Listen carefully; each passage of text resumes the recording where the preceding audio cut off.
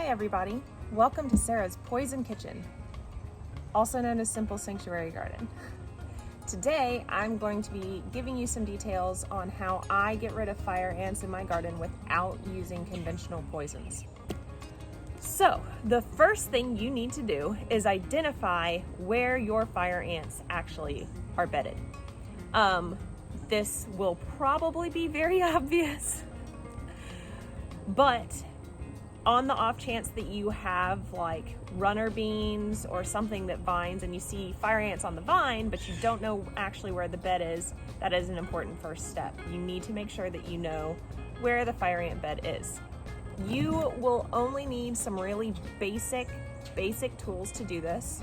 So I use a hand trowel, mostly to stir up the fire ants, which is not something you normally want to do, I know. Stir up the fire ants and get them going just before I apply the mixture.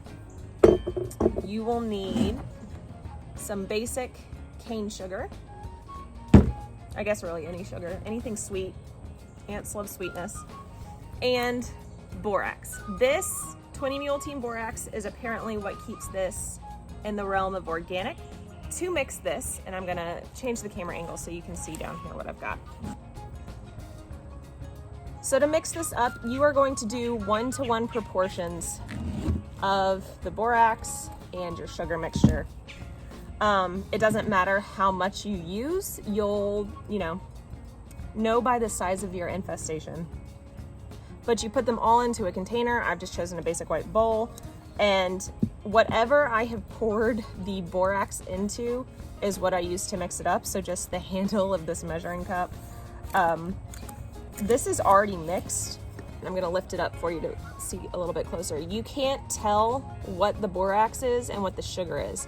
And that's what we're counting on for the ants. So the idea for this is simply that in finding the sugar, you're not gonna pay a lot of attention or really be able to tell the difference between the sugar and the borax. And the borax is a desiccant. So once the ants eat it, it's going to dry them out from the inside out, which is actually sounds pretty brutal. Considering how much I've been bitten by them this season, I really don't mind. I'm not really sure what that says about me, but it's the honest truth. So now we're gonna go apply this mixture and kill some fire ants.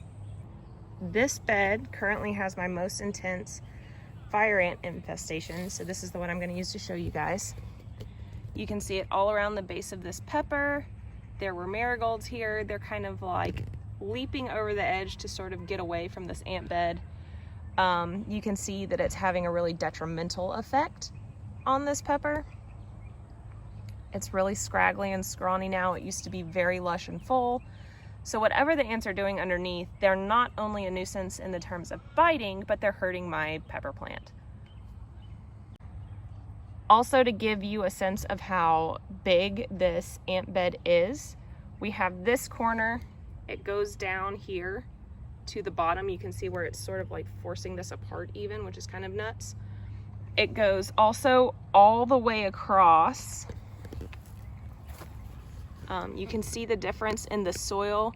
Anywhere you see that little sandy bit coming up, that is where the ants have brought in some good old Florida soil into my raised bed. There is a pile over here in the rosemary. I really don't want it to kill this rosemary. Some parsley that is springing back from the heat, fortunately, but they've taken over around it. And further evidence, we have some little piles going on over here.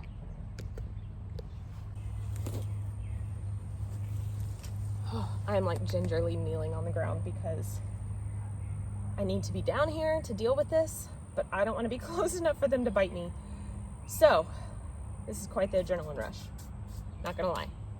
What I'm gonna do, and I'm probably gonna get into a really less than graceful squatting position so I can jump away quickly, is stir them up, get them good and ornery, and then I'm gonna apply my mixture. So basically bring as many of the fire ants as I can to the surface, dump a bunch of sugar and borax on them, get them all excited thinking they've hit like the weather jackpot or something.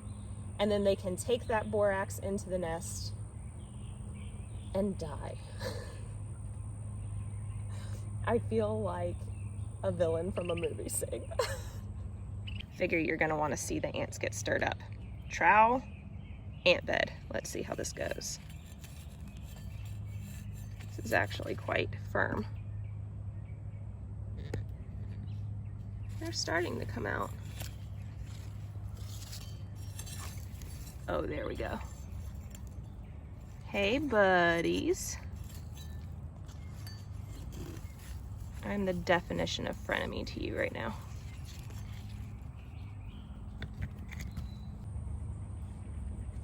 All right, this is helpful to have two hands, so you guys are back on my makeshift stand. Woo! Okay, all we do now, we have our mixture, we have our scoop. And I'm just going to shake a bunch of this over here.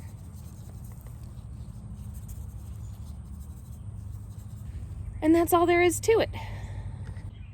You can see the ants already crawling all over it. If you look, you can kind of see some that are already starting to pick up little bits and take it back inside, so their movement patterns have already changed. Okay, hopefully I'm far enough away from the ants. A couple things to keep in mind when you do this. Number one, this is not a traditional ant poison, so it may not work in just one application. You may need a couple. Number two, I have no idea what this would do to a pet if they like licked some of it up. You guys have seen my dogs, so I'm going to be keeping a very close eye on them out here over the next couple days, particularly Ginger, bless her heart, to make sure that they don't lick this mixture up. I just don't see how that could be good. It may not technically hurt them, but I mean, Ginger just doesn't need sugar anyway, much less sugar mixed with borax. So I'll be keeping an eye on them, just, you know, reasonable kind of stuff. I'm assuming the same thing if you have children. You'll want to make sure that they don't really go near this for a while. Probably won't be too hard of a sell considering there's fire ants. All right, guys, that's all I have for you today. If you found this helpful, please be sure and hit the thumbs up. That makes this video easier to find for anybody else who's battling fire ants. If you have questions, please leave them in the comments below and I will get back to you as soon as I see them. And if you've used this method before, please share below how well it worked for you and maybe any problems you might have run into. Thanks again for watching. We'll talk soon.